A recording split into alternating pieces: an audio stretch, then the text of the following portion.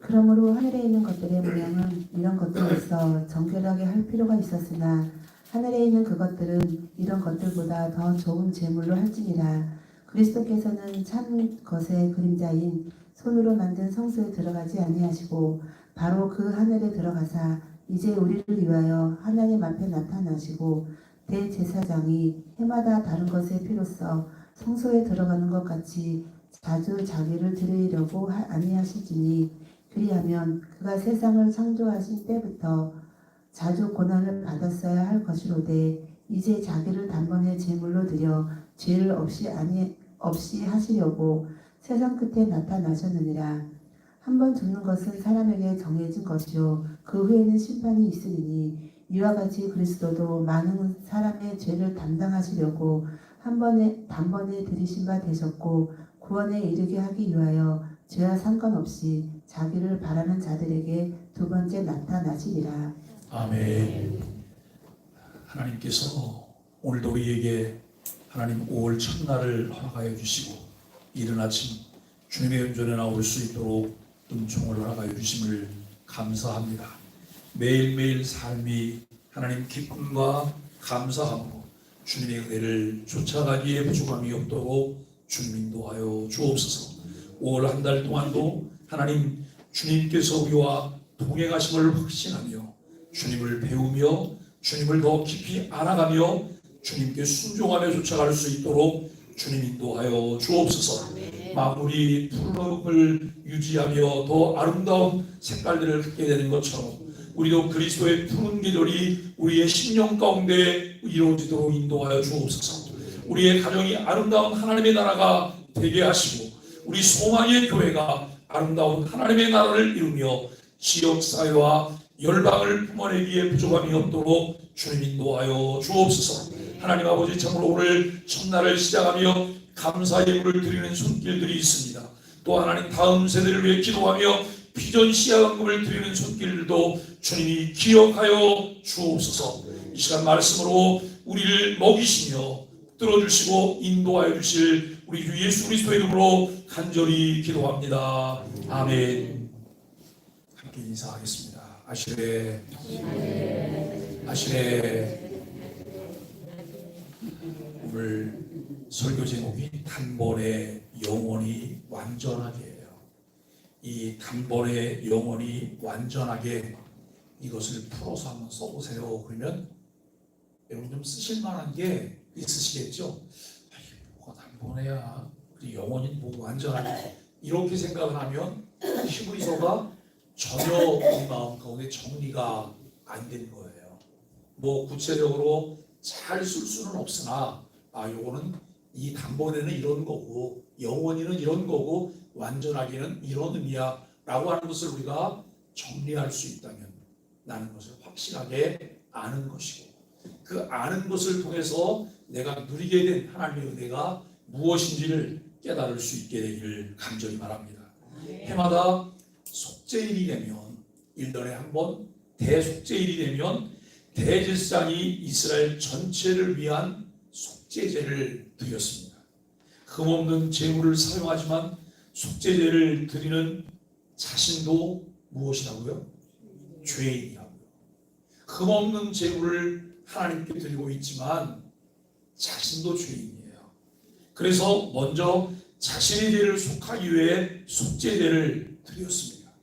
그 대제사장의 임기가 끝날 때까지, 그리고 다른 대제사장의 후임으로 그 역할을 감당할 때에도 먼저 자신의 죄를 속하기 위해서 속죄제를 드리는 것이 매년 반복이 되었다는 거예요. 백성들의 1년간의 죄를 속하기 위해서 하나님 앞에 이 속죄제를 드리면서 자신도 예외일 수는 없었다라고 하는 것이죠. 속죄일마다 이런 절차가 반복이 됐는데 왜 그렇게 매년 같은 것을 반복했을까요? 이것은 모형이며 예표이기 때문이에요. 여러분, 고등학생들이 고등학교 2학년, 1학년, 2학년, 3학년이 되면 3학년 때는 우리가 이렇게 말을 해요. 이제 3학년은 인간도 아니라고. 왜 3학년은 인간이 아니에요? 정상적인 생활을 벗어나야 되기 때문에 그래요. 저 북한이 어려울 때 여러분 천리마행군이라고 하는 걸 했어요. 천리마행군. 예? 이 고난의 시대를 보내는 그들은 새벽별 보고 나갔다가 밤별 보고 집에 들어와야 된다는 거예요. 그렇게 힘들게. 근데 우리 고3들은 그렇게 공부를 하지 않아요. 고3들이 공부를 하면서 매달 무슨 시험을 치러요? 모의고사라는 걸 봐요. 이 모의고사 점수를 가지고 대학교 가죠. 모의고사 점수가 굉장히 잘 나오면 그것 중에 하나 선택해서 그거 가지고 대학교 갑니까? 아니에요. 모의고사는 본고사를 준비하는 거예요. 본고사를 위해서 모의고사는 치르는 거예요. 그러니까 여러분, 모형인 이 속죄제를 계속하는 이유가 그들에게는 하나님께서 약속하신 영원한 대제사이신 메시아이신 예수님이 오신다고 하는 것을 믿기 때문이에요. 예수님이 오신다는 것을 믿기 때문에 그와 같은 것을 하는 것이라고 하는 것입니다. 정해진 흠없는 붉은 암소의 피를 제물로 드리기는 했지만 그것이 죄값에 해당하는 것은 아니라고 하는 거예요. 성경이 말하는 죄의 값은 무엇입니까? 사망이에요. 생명을 바쳐야 된다. 너 죄를 지었으니 죄의 결국은 죽음으로 끝나야 되는 거야. 죽어야지만 해결이 되는 거야 라고 말을 해요. 어떤 사람이 범죄 사실이 있어요. 그래서 검찰청에 가서 조사를 받아요. 여러분, 조사를 받다가 이분이 그냥 목숨을 끊었어. 그러면 검찰이 여러분 더 이상 그 사람에 대해서 조사하지 않아요. 선언을 해요. 끝났다고 하는 선언을. 왜냐하면 그 사람에 대해서 다룰 수 있는 게 없잖아요. 우리가 여러분 세상을 살아가면서 우리는 참 여러 가지 생각들을 해요. 죄의 값은 사망인데 그 대가를 치르려면 염소나 송아지가 아니라 자기 자신이 죽어야 된다는 거예요.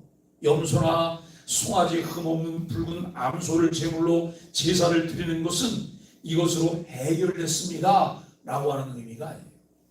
이것으로 해결됐습니다 라고 하는 의미가 아니라 본래 죽어야 합니다 라고 하는 그런 뜻이라고 하는 것이죠.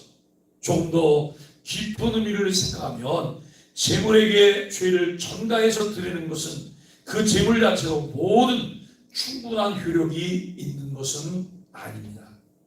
하나님이 영원하신 예수님께서 대속주로 오셔서 단번에 영원히 완전하게 행하실 것을 믿음으로 바라보는 행위인 것이죠. 레위 계열 이 아론 계통의 대상들이 드리는 속죄제는 완전한 거죠. 불완전한 거예요. 불완전하기 때문에 그 다음에도 또 해야 되는 거고 그 다음에도 또 해야 되는 거예요. 언제까지 하는 거예요? 완전한 것이 올 때까지. 완전한 것이 올 때까지 이 부분을 계속해서 반복해서 하게 된다고 하는 것입니다. 구약 성도들은 메시아이신 예수님이 대속의 죽음을 감당하실 것을 믿으며 구원받았어요. 여러분, 구약의 성도들이 무엇을 통해 구원받았어요? 그들은 약속된 메시아를 믿음으로 구원받은 거예요. 우리는 누구를 믿음으로 구원받아요? 우리는 오신 예수님, 그리고 다시 오실 예수님, 그 예수님을 믿음으로 구원받은 하나님의 사람들입니다. 여러분, 예수님 이후 오늘을 살아가는 우리는 이미 오셔서 모든 것을 이루신 예수님을 믿으며 매일매일 삶 가운데 우리가 해야 되는 것이 무엇일까요? 나를 산제물로 드리는 거예요. 나를 산제물로 드리는 거예요. 하나님께 나아가기 위해서 여러분 제물이 주어짐처럼 우리도 주어지는 거예요. 어떤 분들은 이렇게 생각을 해요. 신앙생활을 잘하는 것은 교회에서 자꾸 뭘 하는 거라고 생각해요. 뭘 하는 거라고. 물론 봉사도 필요하고 다 필요하잖아요. 그런데 신앙생활을 잘 하려고 생각하면 뭘 하는 게 아니에요. 내가 죽는 거예요. 자아가 깨어지는 거예요. 자아가 깨어지고 내가 죽고 날마다 내가 죽는다고 선언하며 예수 그리스도로 다시 살게 되는 이 일이에요. 그래서 신앙심이 깊어진다라고 말할 때 신앙심이 깊어지는 것이 무엇이냐? 하나님과 친밀한 관계를 갖는 거예요. 하나님과 친밀한 관계를 갖고 그 친밀한 관계 속에서 좋은 모든 이야기를 다 나눌 수 있는 그런 거예요. 어린 자녀들하고 부모님들이 친밀한 관계가 어떻게 유지가 돼요? 이제 나이가 뭐 한 5살 이하다 그러면 이 아이가 부모님에게 조곤조곤 자기가 사랑하고 뭐 부모님 뭐가 되고 이런 이야기를 다 조곤조곤 해요. 이 아이들은 그걸 표현할 방법이 없어요. 그냥 아이들은 이거예요. 우리 교회 아이들도 이렇게 오잖아요. 그러면 저 앞에서 저를 보자마자 그냥 팍 가려고. 제가 이렇게 앉아갖고 아이 얼마나 요즘 힘이 세졌는지 그냥 뒤로 넘어질 것 같아요. 근데 이게 뭐냐면 그냥 좋아한다는 거예요. 좋아한다는 표현이에요. 그런데 좋아한다는 표현과 아울러서 이 아이들이 동시에 하는 게 있어요. 자기 필요한 걸 막무가내로 달라고 그래요. 막무가내로. 그런데 부모님은 그걸 줘요. 왜냐면 그 아이가 아직은 그렇게 표현할 수밖에 없는 것을 알기 때문에. 그런데 이 아이가 장가 갈 때가 되고 시집 갈 때가 되고 그랬는데도 여러분 그냥 와서 막무가내로 그걸 달라고만 해요.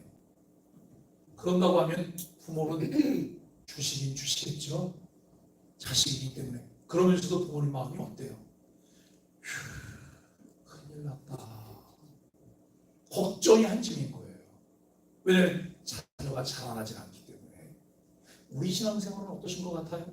신앙생활도 똑같아요. 똑같죠, 그렇죠? 교회 온 지가 오래됐는데 별로 달라지는 게 없어요. 내가 여러분 무엇을 기도할까? 어떻게 신앙생활할까? 그리고 어떻게 신앙생활이 더 깊어지고 발전적이고 사랑할 수 있게 될까? 이 부분을 아는 것이 우리에게 필요하다라고 하는 생각들을 하게 됩니다. 오늘 5월을 시작하는 첫날이에요. 여러분 5월 첫날이 되면 마음이 어떠세요? 5월 첫날이 되면 마음이 그렇게 편안할 수가 없어요. 왜요? 계절이 주는 그런 은혜가 있기 때문에. 5월을 여러분 뭐라고 말을 해요? 계절의 여왕이라고 말을 해요. 네? 5월은 계절의 여왕이다. 5월 달에는 딱 밖을 나가서 자연을 보면 이 연두색에서 이제 여러분 좀 더 짙은 푸른색으로 가는 이 풍경이 얼마나 아름다운지 몰라요.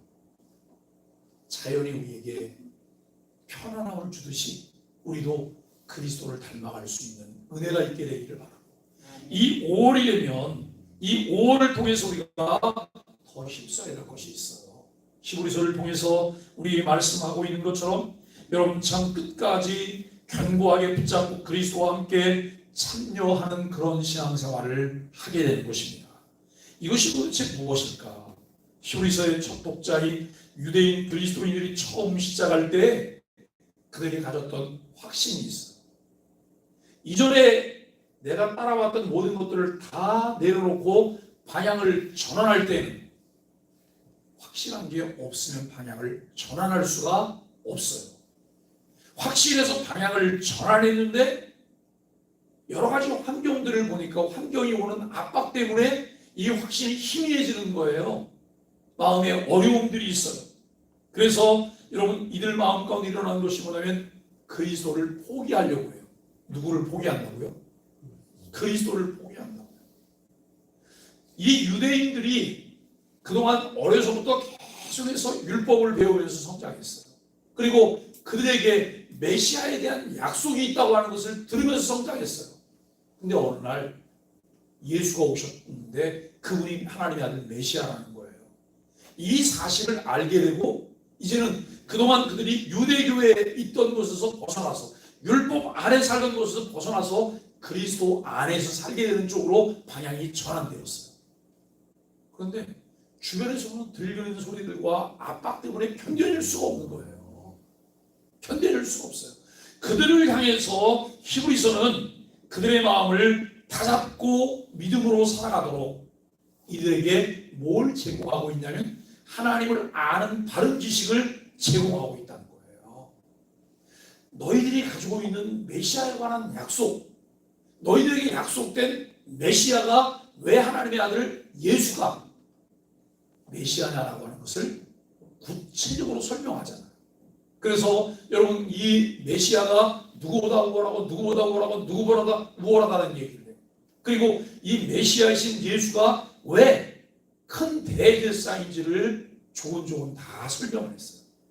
히브리서의 구절을 보면 쭉 설명하다가 그 다음에 권면하면서 경고를 해요. 쭉 설명하고 권면하고 경고해요.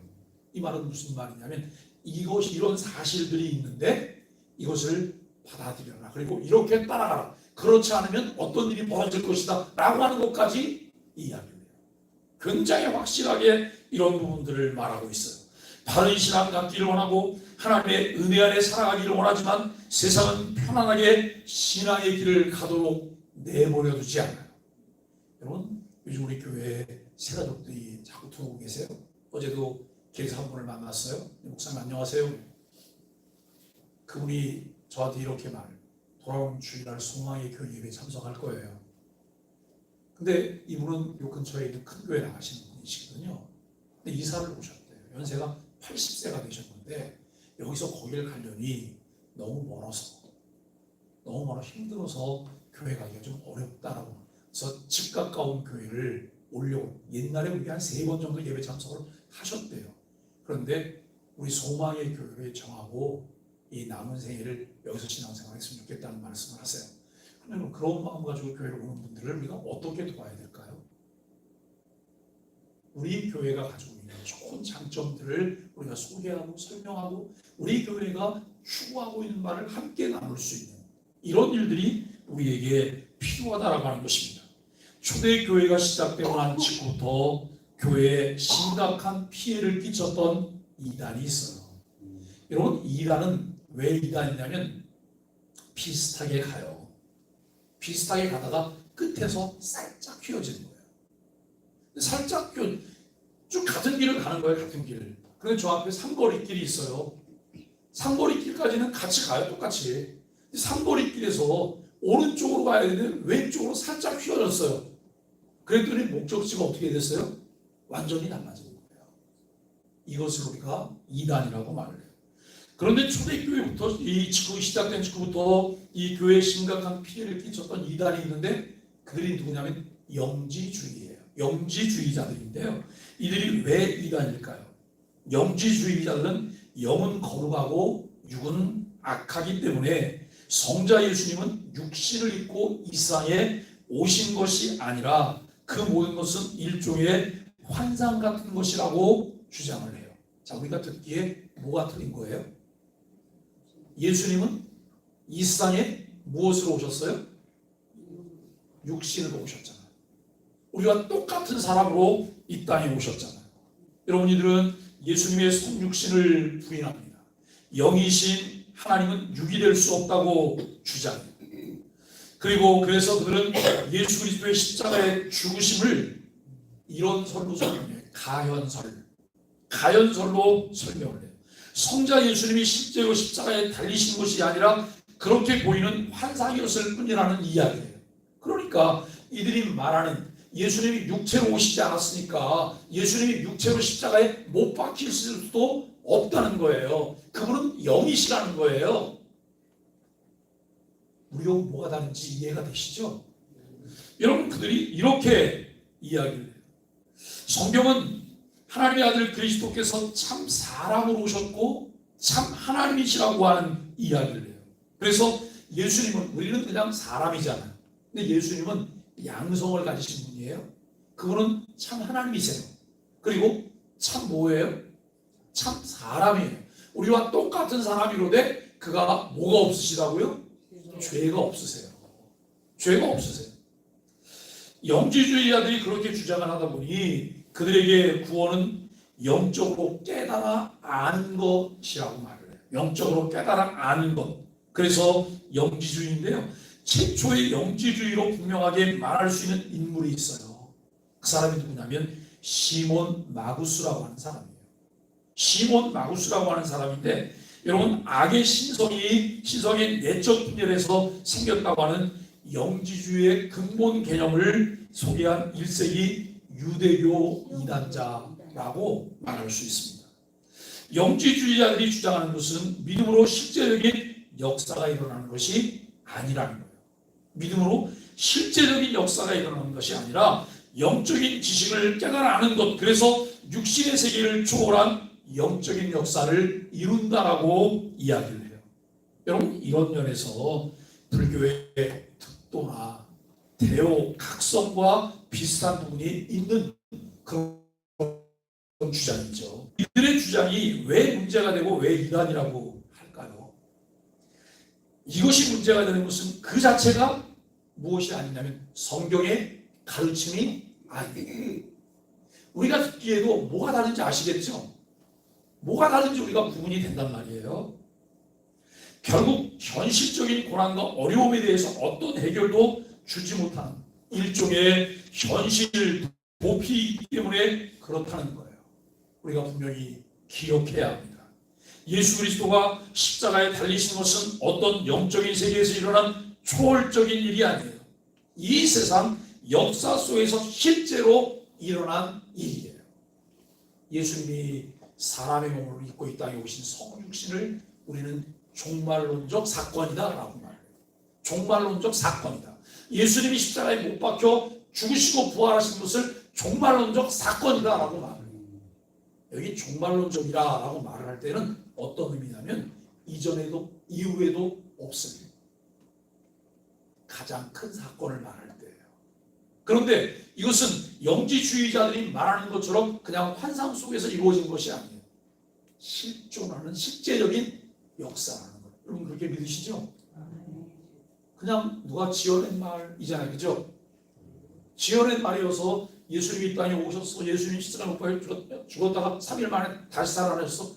아, 그럴 수도 있지 뭐. 지어내는 얘기 뭐 못할 게 뭐 있어. 그렇게 생각하세요?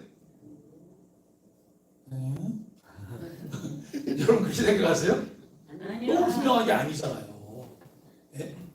그런데 사람들이 미단에 미혹되거나 이단 속에 빠진 걸 아무리 정상적인 생각을 가지고 생각해도 이게 분명히 잘못됐는데 거기를 따라가고 있어요.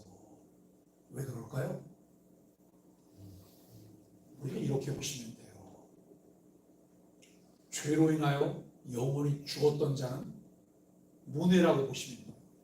문외, 뇌가 없어. 목사님 진짜 뇌가 없어요? 생각이 없다는 거예요. 생각할 줄 모른다는 거예요. 그리고 성경은 이렇게 말을 해요. 우매무지한 짐승이오나 라고 말을 해요. 우매무지한 짐승이오나. 우리가 늘 하나님께 기도할 것은 하나님 깨어있게 해주세요. 주님과 함께 깊이 묵상하고 사고하며 주님이 가르치신 것을 쫓아갈 수 있는 은혜를 베풀어 주세요. 우리가 여러분 이 교인들은 그저 누가 뭘 이렇게 이야기하는 그냥 끌려가는 사람들이 아니에요. 베레아 사람들이 신사적인 사람들이라고 했잖아요. 말씀을 듣고 그 말씀들을 확인해 보는 거예요. 이게 진짜 그런가 아닌가? 진짜 그런가 아닌가? 신앙생활의 근거는 거기에 있잖아요. 네? 그런 자꾸 떠도는 이야기에 붙으려고 매일 그 얘기만 해요. 그것은 아무런 도움을 주지 못해요. 상처를 줄 뿐이고 상처를 받을 뿐이에요. 신앙으로부터 멀어지게 만들 뿐이다라고 하는 것을 우리가 생각을 해보아야 될 것입니다. 여러분 하나님께서는 십자가를 통해 단번에 영원히 완전한 속죄제로 모든 것을 이루시기 위해서 그토록 긴 시간 인내하며 수없이 많은 예표를 보이시며 구원 사역들을 이루셨다고 하는 거예요. 그렇기 때문에 주님의 십자가의 고난과 죽으심은 우리의 현실 속에서의 고난과 사망의 역사를 실제로 이기는 역사가 될 수 있다는 거예요. 우리가 여러분 상상하면 이런 생각, 굉장히 목이 말라요. 날씨는 덥고 땀은 많이 나고 그리고 이 목은 마르는데 물이 한 모금도 없는 거예요. 내가 앉아갖고 상상으로라도 물을 좀 마셔야지. 그리고 아무도 없는데 이거 그늘이 생겼다고 생각하고 이렇게 앉아갖고 물을 마시는 것은 시원하다. 그럼 정말 시원해요? 이것은 그냥 가상이고 상상일 뿐이에요. 예수님께서 이 땅에 오신 것, 예수님이 십자가에 죽으신 것, 다시 사신 것 상상 속에서만 있는 일이 아니라는 거예요. 만일에 상상 속에만 있는 일이고 예수님의 부활이 없다고 한다면 우리 정말 불쌍한 사람들이잖아요. 우리 중에 제일 나이가 젊은 우리 성훈 형제도 불쌍한 사람이 되는 거잖아요. 네? 아니 이른 아침에 거기 깨갖고 여러분 교회를 나와서 그 상상 속에 뭘 따라간 우리 정신 나간 사람들이 되는 거예요. 그런데 성경은 그렇게 우리에게 말하지 않고 우리는 성경을 믿어요. 여러분, 믿음은 바로 이런 것입니다. 믿음은 추상명사도 아니고 관념적인 것도 아니고 영적인 환상은 더더욱 아닌 너무나도 분명한 실제적인 역사이며 사실입니다. 믿음은 단지 여러분 영적인 것이 아니라고 하는 거예요. 영혼과 육체를 아우르는 전인적인 것이고 구원도 단지 영적인 것만이 아닌 우리의 삶과 존재의 모든 것이 회복되고 구원받게 되는 하나님의 놀라운 은혜입니다. 유대인들은 하늘에는 하나님이 계신 진짜 성전이 있고 예루살렘 성전은 하늘 성전의 모형이라고 생각했어요. 요한계시록 4장을 보면 그런 부분들을 또 잘 보게 되는데요. 히브리서 기자는 예수님의 십자가야말로 이 땅에 있는 모형 성전이 아닌 하늘의 진짜 성전에서 드려진 완전한 여러분 속죄일 제사라고 가르치고 있다고 하는 거예요. 아론 계통의 제사장이 아닌 멜기세덱의 반차를 따른 큰 대제사장인 예수님께서 반복되는 제사의 제물이 아닌 단번에 영원한 제물로 모형이 아닌 더 나은 새 언약의 성취자로 자신을 드린 완전한 속죄제라고 하는 것을 알게 됩니다. 어떤 분이 그래요. 목사님, 신앙생활을 어떻게 하면 잘할 수 있어요? 신앙생활을 어떻게 하면 잘하실 수 있어요? 첫째, 좋은 교회를 만난다. 좋은 교회는 어떤 교회예요? 하나님 말씀이 바르게 선포되는 교회예요. 그리고 하나님이 기뻐하시는 여러분 예배가 드려지는 교회예요. 우리가 좋은 교회를 만났어요. 그리고 좋은 교회와 함께 걸어가는 거예요. 좋은 교회가 인도하는 대로 순종하고 따라가는 거예요. 왜냐하면 좋은 교회이기 때문에 나를 맡길 수 있어요. 엉뚱한 길로 인도하지 않을 것이기 때문에. 그런데 여러분, 우리가 교회를 잘못 선택했거나 그리고 여러분 교회가 하는 가르침을 잘 따르지 않으면 교회와는 전혀 다른 모습으로 성장해 갈 수 있어요. 오늘 교회가 여러분 일체, 교회는 두 개가 필요한데요. 하나는 통일성이에요. 또 하나는 뭐가 또 필요해요? 통일성과 대비가 되는 게 뭐가 있을까요? 다양성이에요. 교회는 천편일률적인 획일성을 가지고 있는 데가 아니에요. 우리가 그리스도 안에서 하나님 말씀 안에서 하나된 그런 생각들을 가지고 살아요. 그러나 하나님이 각기 우리에게 다양한 은사를 주셨기 때문에 다양한 은사 속에서 우리가 뭘 해야 되냐면 다양함을 드러내며 섬기고 봉사하는 거예요. 이것이 교회가 갖게 되는 모습이라고 하는 것을 알게 돼요. 오늘 여기 23절로 24절은 참된 지성소로 인도하고 있음을 보게 됩니다. 유대인의 십자가는 저질스러운 형틀에 불과했기 때문에 예수님이 십자가에서 대제사장과 제물의 역할을 동시에 감당하셨다는 가르침을 그들이 받아들이기는 어려웠다는 거예요. 무엇보다도 십자가는 제단도 아니고 성전 안에 있지도 않은데 어떻게 그것이 가능하냐고 하는 반론이 있을 수 있다는 거예요. 그러나 예수님은 땅의 성전이 아니라 하늘 성전에서 속죄일의 제사를 드리셨기에 이것이 가능했다고 하는 것입니다. 땅의 성전에서는 짐승의 피가 사용되었으나 하늘 성전에서는 고귀한 제물이 필요했어요. 죄 없는 대속주로 이 땅에 오신 하나님의 아들이신 이 예수님의 속죄 제사가 필요했다고 하는 것을 알게 됩니다. 그게 23절이 말하고 있는 내용이에요. 대제사장은 속죄일에 짐승의 피를 가지고 지성소에 들어가 이스라엘을 위한 속죄했지만 예수님은 대제사장으로서 자기 몸을 제물로 삼아서 하늘 성소에 직접 들어가셨음을 말하고 있어요. 레위기 16장 11절 16절은 이제 대제사장이 속죄일에 짐승의 피를 가지고 지성소에 들어가서 그것을 여러분 뿌리는 이런 속죄제사를 드리는 내용을 소개해요. 이것은 예표예요. 모형이에요. 그런데 그 모형인 원형으로서 모든 것을 이루신 이가 예수 그리스도라는 거예요. 오늘 히브리서 기자가 그 배교하려고 하는, 돌아서려고 하는 그들을 향해서 이 부분을 너희들 가지 마라. 왜 여기 있어야 되냐? 왜 예수 그리스도를 믿어야 되냐? 왜 믿음을 끝까지 지켜야 되냐? 라고 하는 거예요. 다른 허무맹랑한 것으로 붙잡을 수 없어요. 그리스도를 믿느냐? 하나님을 사랑하고 있느냐? 하나님의 말씀이 여기 있느냐? 여러분, 예수님께서 오병이어의 역사를 이루고 그러고 난 다음에 사람들이 이제 떡을 먹고 탁 터져요. 탁 터질 때 예수님이 제자들을 향해서 뭐라고 말을 해요? 너희도 가려느냐? 그래요. 너희도 가려느냐? 그랬더니 제자 중에 한 명이 이렇게 말을 해요. 영생의 말씀이 여기 있사온데 우리가 어딜 가냐고. 예? 영생의 말씀이 여기 있사온데 우리가 어디를 가냐고. 목적이 다르면 떠나는 거예요. 목적이 다르면 떠납니다. 오늘 우리가 하나님의 말씀을 보면서 여러분 이 25절 26절은 단번에 드려진 영원한 제사를 우리에게 말씀해요. 속죄일에 대제사장이 지성소에 들어간 이유는 하나님과 백성 사이에 중보자가 필요했기 때문이에요. 예수님은 더 나은 제사를 드린 중보자이시잖아요. 그렇죠? 더 나은 제사를 드린 중보자라고 하는 것을 말해요.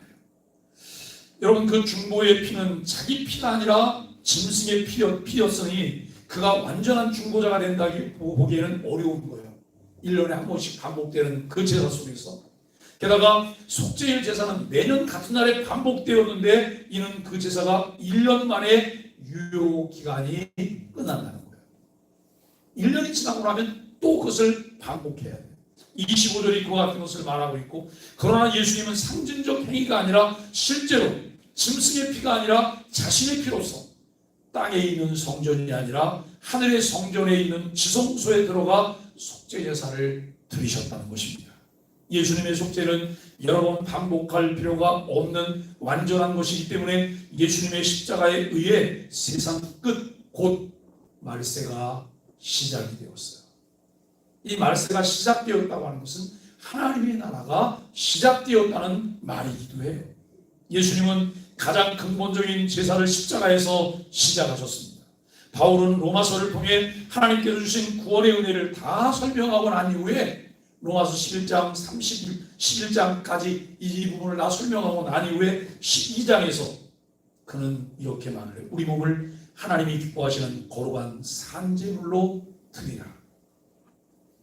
누가 이것을 하냐면 하나님의 은혜와 그 가치를 깨닫게 된 사람들이 하나님께 자신을 산제물로 드리는 거예요. 왜요? 그것이 무엇이기 때문에요? 이것이 영적 예배이기 때문에. 영적 예배이기 때문에 그 은혜를 깨달은 사람들이 하나님께 자신을 산제물로 드리는 거예요. 교회를 통해서 내가 해야 될 것이 무엇일까요? 교회를 통해서 내가 어떤 능력자고 내가 어떤 힘을 가졌고 내가 뭘 할 수 있고 이걸 과시하고 증명하는 게 아니에요. 올 때마다 산제물이 되는 거예요. 왜요? 그것이 영적 예배이기 때문에. 내가 주 앞에 서는 날까지 우리는 이 영적 예배를 통해서 나를 하나님 앞에 산제물로 드리게 되는 그런 삶을 살게 돼요. 세 번째는 27절과 28절인데요.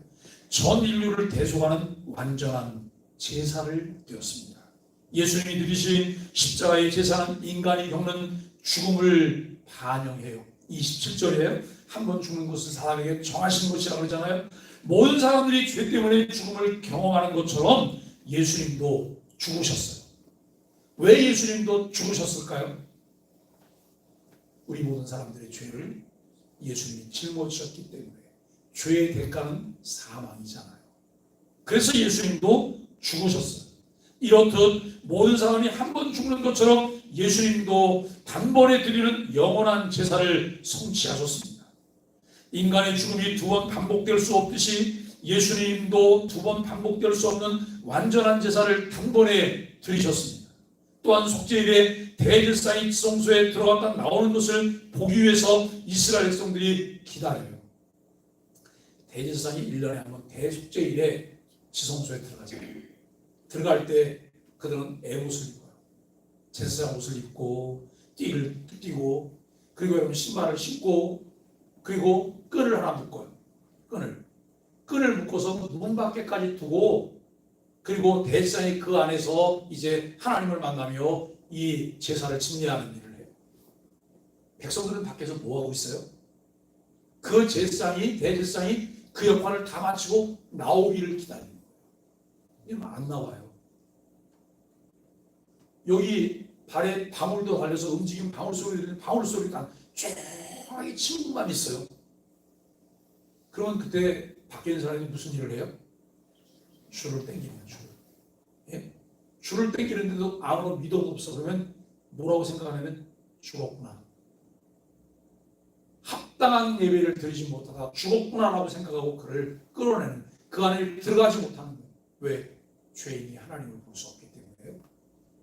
그런데 이들이 대제사장을 기다리는 것처럼 예수님은 자기를 바라는 자들에게 두 번째 나타나실 거라고 말해요. 첫 번째는 어떻게 나타나셨어요? 아기로 오셨잖아요. 두 번째 나타나시는 건 뭐예요? 재림하시는 거예요. 첫 번째 오셨을 때에는 그분이 대속주로 오셨기, 대속물이 되기 위해서 오셨기 때문에 여러분 온갖 어려움을 다 겪으셨어요. 그런데 두 번째 오실 때는 그분이 또 이 대속주로 오시는 거예요? 아니에요. 우리를 구원하기 위한, 구원을 완성하기 위해서 그분은 만왕의 왕으로 오시고 만유의 주로 오시고 심판의 주로 이 땅에 오시는 것이죠. 우리가 여러분 이 성전의 대제사장은 오직 이스라엘의 속죄만을 위해서 매년 불완전한 제사를 감당했지만 예수님은 모든 사람의 죄를 속하기 위해서 단번에 완전한 제사를 십자가에서 감당하셨습니다.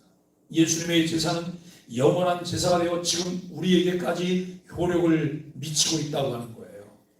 이제는 여러분 우리가 십자가의 제사의 영원한 효력 아래에 있습니다.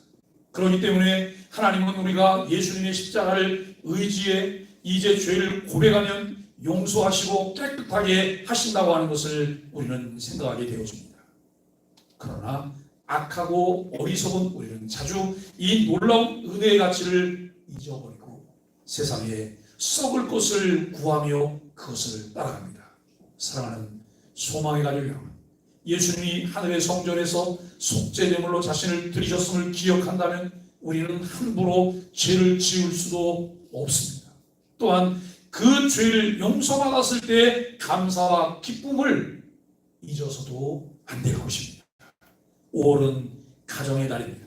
가정도 하나님께서는 천국의 모형으로 주셨습니다. 주께서 교회를 사랑하셔서 자기 자신을 내어주심과 같이 우리도 주를 사랑하기 때문에 우리 자신을 내어주며 믿음의 가정을 이루어갈 수 있어야 합니다. 하나님께서 이루신 그 은혜가 우리 모든 소망의 가족들에게 임하기를 예수 그리스도의 이름으로 간절히 축복합니다. 우리 함께 소망의 아침 기도 함께 하도록 하겠습니다. 살아계신 주님, 죄로 가득한 우리를 위해 항상 간구해 주시니 그 사랑을 온종일 노래합니다.